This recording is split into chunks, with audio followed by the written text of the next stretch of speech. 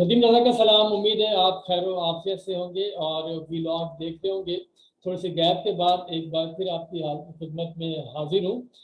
بات کرنی fifth generation وارفیئرس کی کہ یہ کتنے مہلک اور خطرناک ہوتے ہیں،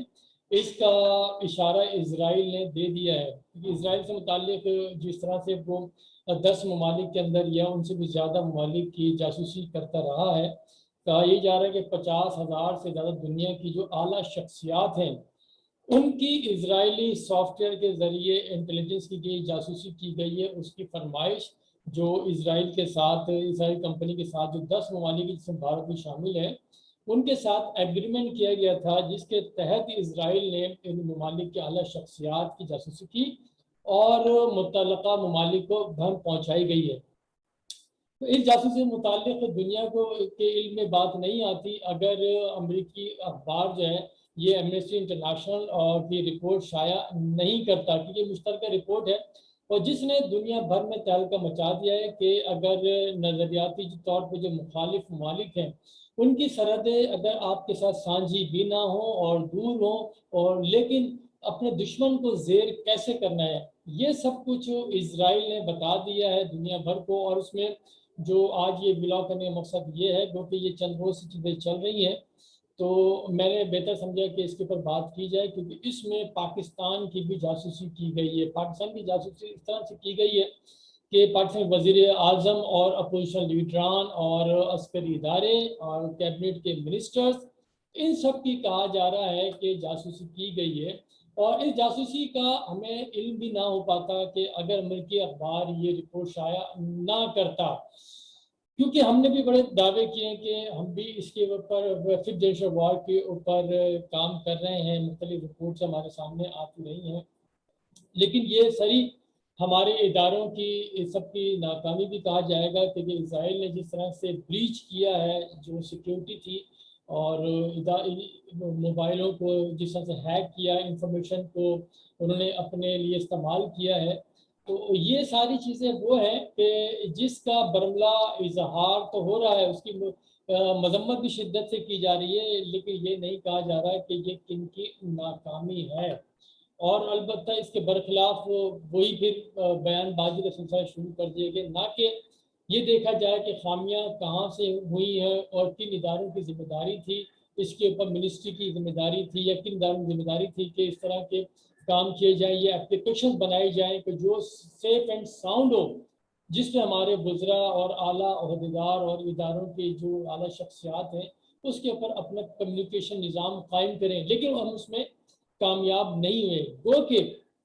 یہ ففتھ جنریشن وار فیئر جو ہیں، یہ جو روایتی جو ہتھیار ہیں، روایتی جو جنگ جس طرح سے لڑی جاتی ہیں، اس میں یہ انتہائی اہم کردار ادا کر رہا ہے، کیونکہ اسرائیل کو اس سے بہت زیادہ سبقت ہے۔ اس کا برملا اظہار اس نے مشرق وسطیٰ میں کیا اپنے ففتھ جنریشن وار کا، کہ کس طرح سے اس نے حزب اللہ، لبنان، حماس اور پھر ایران کے خلاف بالخصوص وہ کامیابی کے ساتھ یہ سب کچھ کرتا آیا ہے۔ کیونکہ ماضی میں سب سے پہلے اس نے جو اپنی جو یہ آرٹیفیشل انٹیلیجنس ہے، اس کا استعمال حماس کے خلاف کیا ہے، اس کے کہ کتنے لیڈران کو اسرائیل نے اسی طرح سے مارا ہے۔ شیخ یاسین کو دیکھیں آپ اور دیگر رہنماؤں کو جس طرح سے اپنے پن پوائنٹ کر کے مارا گیا ہے،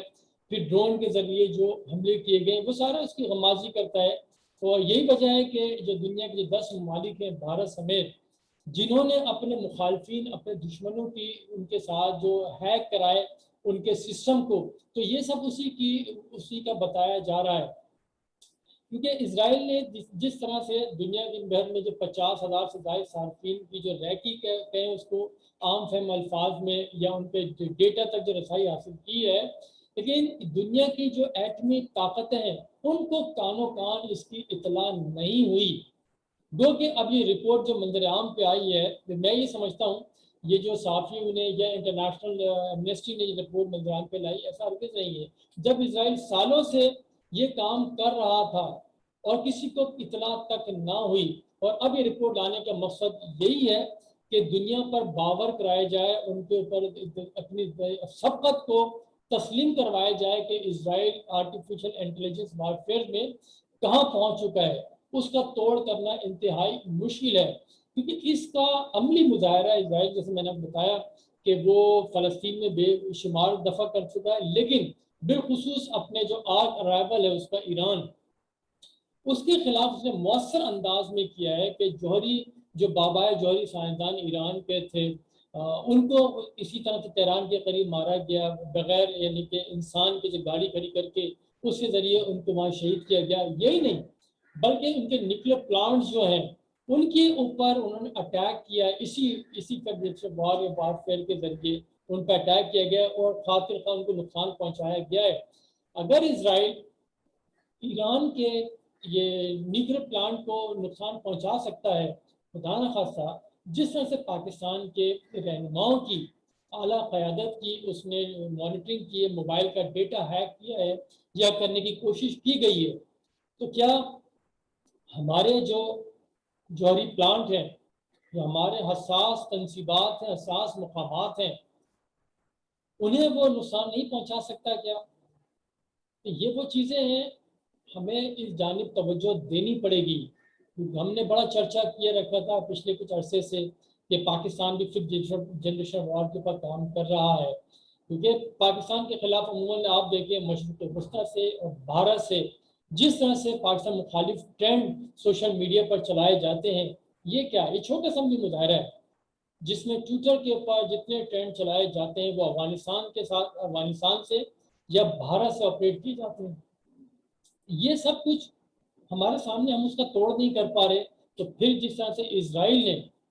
یہ بتا دیا، الارم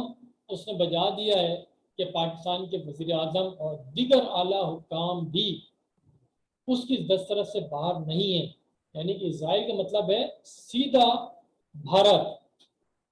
تو وہی ان سے انفارمیشن کیسے تبادلہ کر رہا ہے، وہی ان سے جاسوسی کروا رہا ہے، تو پاکستان کہاں کھڑا ہے؟ ہمیں یہ دیکھنا ہوگا۔ میں